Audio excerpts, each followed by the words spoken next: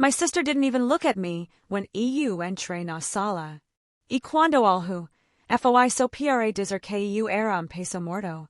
The dining room was drenched in soft gold from the chandelier, casting elegant reflections on the polished mahogany table. Crystal glasses clinked gently, and the low murmur of voices filled the air, punctuated by fake laughs and the metallic ring of cutlery. My sister, Camila, sat at the head of the table like she owned the world. Her hair was pulled into one of those elegant chignons she learned in law school galas, and every piece of her screamed perfection. I sat at the far end, not by choice, but because every seat had already been taken. Even though there was space, no one asked me to move closer.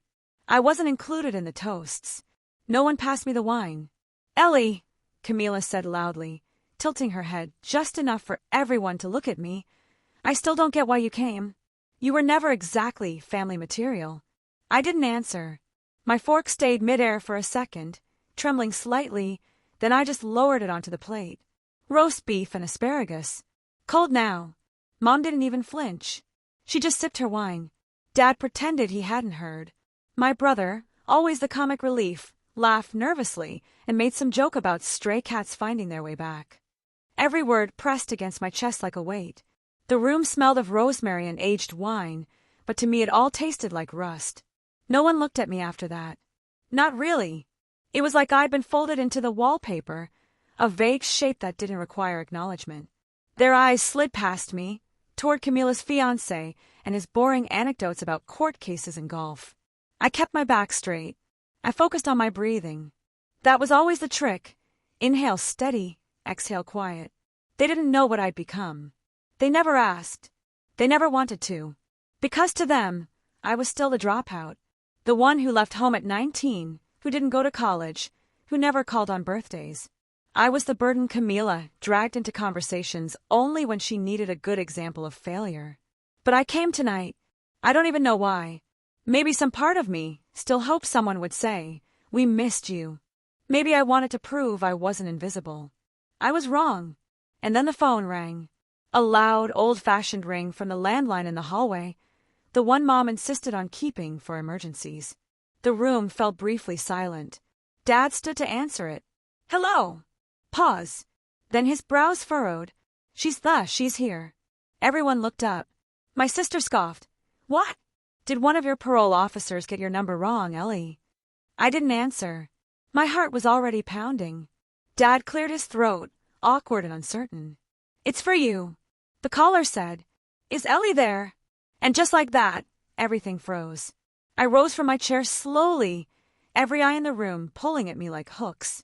My legs moved on their own, careful, deliberate. My fingers brushed the edge of the table as I walked past, grounding me. My father stepped aside, holding the phone like it was something radioactive. I pressed it to my ear. "This is Ellie." A moment of silence. Then a voice, calm but firm, with a tone of unquestionable authority. "Hold one moment for Governor Reyes." I turned slightly, enough to catch my sister's eye. She rolled hers and whispered something to her fiancé. He chuckled, smug, like I was playing some desperate trick for attention. Then the governor's voice came through, low, steady, unmistakable. "Ellie, I apologize for the interruption during your family's dinner. But the task force hit a snag on the Henderson op, and I need your clearance before we proceed." My throat clenched. "I understand. Proceed with Protocol Black. Confirm assets are secure before extraction." "Copy that," the governor said. Then, with something that almost sounded like respect. "No, not almost. It was respect," she added. "Thank you, Director. I'll await your debrief tomorrow." Click. I lowered the phone gently. When I turned, the room was no longer filled with smugness. It was confusion now. Silence. Even Camila had stopped mid-sip, her glass frozen near her lips. I didn't explain. I didn't know them that. As I walked back to the table, I could feel it all swirling behind their eyes, the questions, the calculations. But no one asked. Not yet, because they didn't know. They didn't know what happened after I left home. They didn't know I spent years in training, first with private security contractors, then covert government units. They didn't know about the missions and cities they'd never dare to pronounce. The codes, the lives I helped save, They didn't know I was chosen for leadership not because of charm or family name, but because I never flinched when it mattered. I made hard calls. I took the blame when it went wrong, and never asked for credit when it went right. I was invisible because I had to be. That was the job. That was the oath. But even before all that, even before the classified files and black badge operations, I had already learned how to survive in silence. When I was 16, I came home with a busted lip from a fight at school. Camila said it was probably my fault. My mother didn't ask what happened. My father said I needed to toughen up. I stopped talking about my day after that. At 18, when Camila had a scholarship party with balloons and violin music, I got a part-time job cleaning floors at the local gym. No one asked how my first day was. At 19, when I left, no money, no goodbye, no one called to ask why. They didn't care. They never did. To them, I wasn't building a life. I was disappearing, and that suited them just fine. But disappearing isn't the same as being gone. I sat back down and cut into my now-cold beef, my hand steady, my heart strangely still. Around me, the air had shifted. No one knew what to say. Not even Camila. Good. Let them sit with it. The silence at the table clung like fog. Even the usual clinking of cutlery had stopped. My sister's fiancé stared openly, as if trying to fit what he'd just heard into the Ellie he thought he knew, the dropout, the family embarrassment, the girl who left without a word. Camila broke the silence first. Okay, was that some kind of prank? Her tone was light, but her eyes were searching. Nervous. Are you working at a call center or something now? Or was that like a role-play thing? I didn't answer. I looked down at my plate. The beef had gone rubbery. I cut it anyway. She didn't even deny it. My brother said under his breath, "Come on, there's no way you are talking to governors." Jesus. Dad chuckled, forced. It's probably one of those phone scams. Right, Ellie? Still, I said nothing. There was no point. They wanted me to play a role they'd written for me years ago, the failure, the burden, the footnote. They wouldn't accept a rewrite now, no matter how loud the truth rang in their ears. But that silence, it was different now. Not indifferent, uneasy. I could feel it. For the first time in my life, they didn't know who I was. Then Camila stood up. She lifted her wine glass and tapped it with her ring, a sharp, brittle sound that bounced around the room. "I just want to say," she began, her voice gaining strength, "this dinner was to celebrate my engagement and my recent appointment to the prosecutor's board, not to indulge whatever fantasy Ellie's living in right now." Some of the guests chuckled. Others stayed quiet, shifting uncomfortably in their seats. "She's always had a habit of exaggerating," Camila continued. "God knows, we've tried to help, but some people just don't want to grow up." My mother nodded in quiet agreement. My father gave a small, stiff smile like he was grateful someone said it out loud.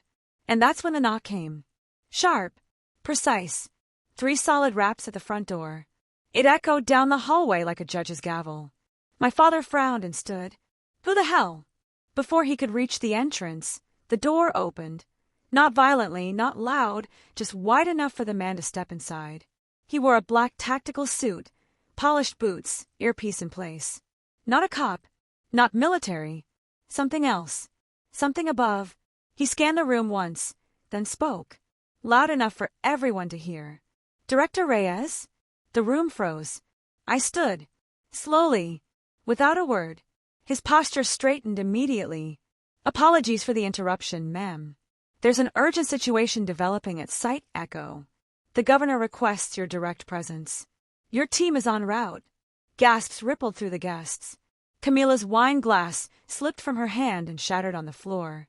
I walked toward the man without looking back. But just before I reached the door, I heard it, whispered, strained. "Director!"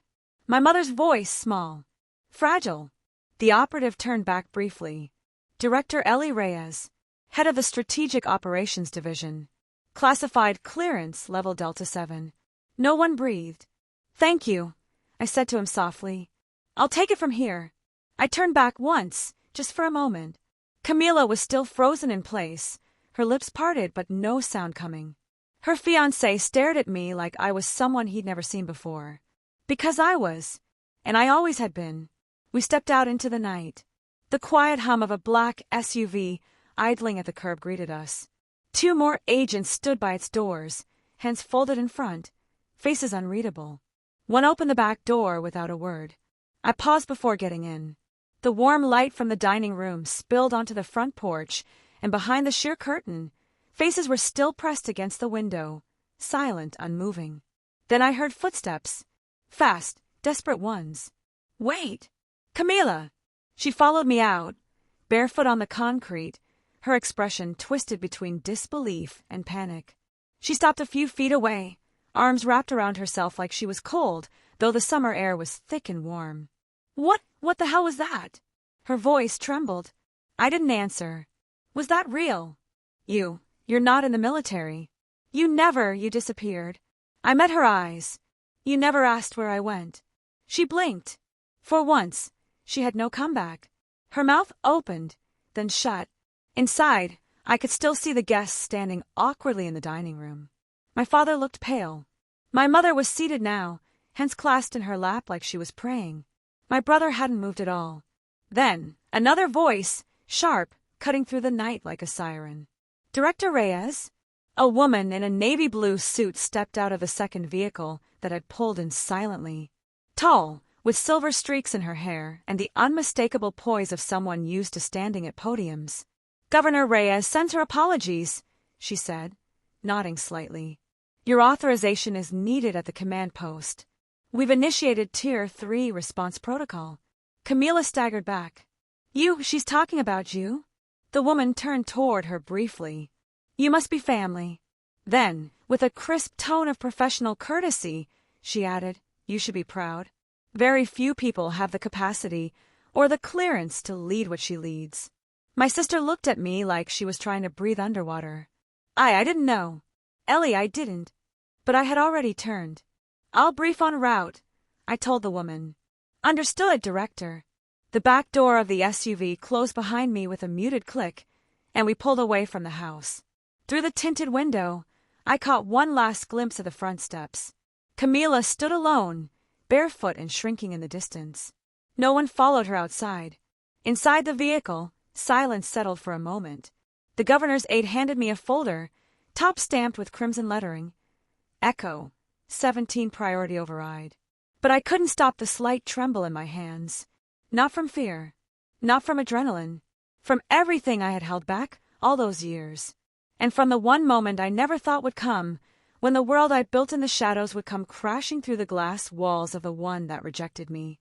Not as vengeance. Not as revenge. But as truth, undeniable, in full uniform. Hours passed. The operation at Site Echo unfolded with precision. We neutralized the breach, secured the intel, and issued blackout protocols across the zone. By dawn, the crisis was over. I was already compiling the debrief with my team when the governor herself walked into the command tent. She nodded to me, all business, but her eyes lingered for a moment longer than usual. You did well, Director. Thank you, ma'am. As she turned to brief the press liaison, I stepped outside, letting the cool air bite into my lungs.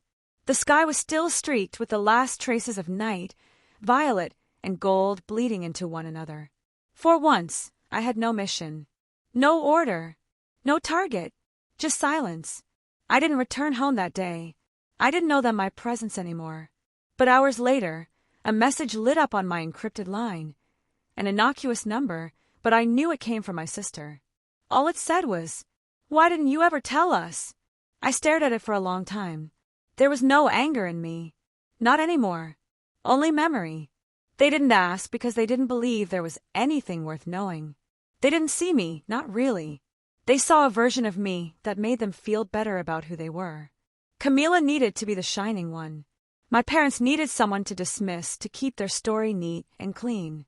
And I had made peace with walking in shadows.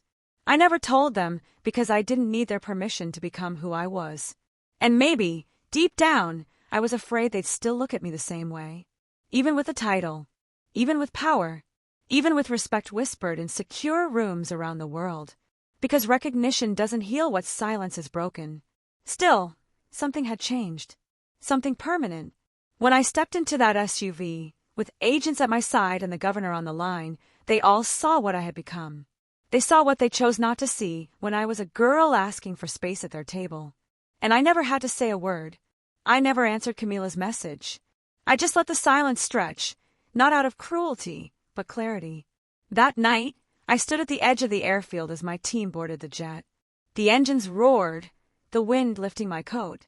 I looked up at the stars, bright and cold, and for the first time in years, I didn't feel like a shadow. I felt seen. Fully. That night, my sister finally said my name without shame. But by then, it no longer belonged to her. I walked forward. The ramp rose behind me, and I disappeared again, not as the girl they forgot, but as the woman the world couldn't afford to lose.